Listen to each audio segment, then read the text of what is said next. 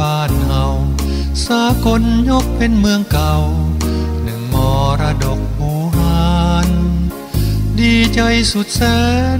ภูมิใจหาใสเปรียบปานเกื่อมน้ำตาด้วยความตื่นตันบ้านเกิดเมืองนอนนี่นาหูข่าว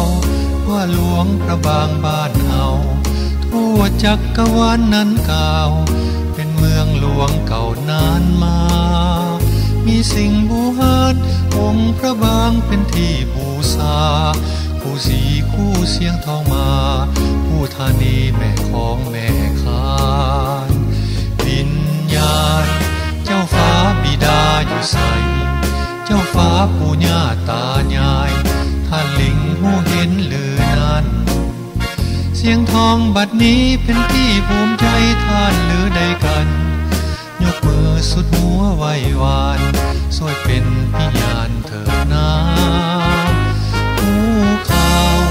ว่าหลวงพระบางกองไก่ภูมิใจและทั้งน้อยใจนานปีจำใจจากลา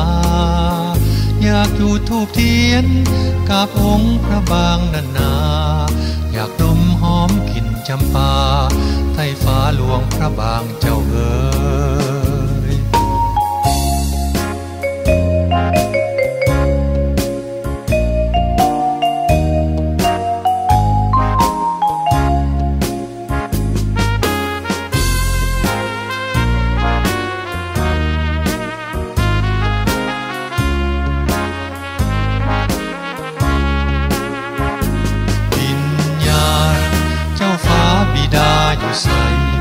เจ้าฟ้าปู่ย่าตายายท่านลิงหูเห็นหรือนั้นเสียงทองบัดนี้เป็นที่ภูมิใจท่านหรือใดกันยกมือสุดหัวไหว้วานสวยเป็นพิญาณเถิดนาหู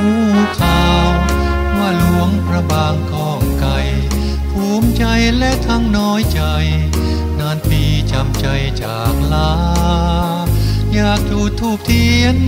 กับองค์พระบางนานาอยากดมหอมกลิ่นจำปา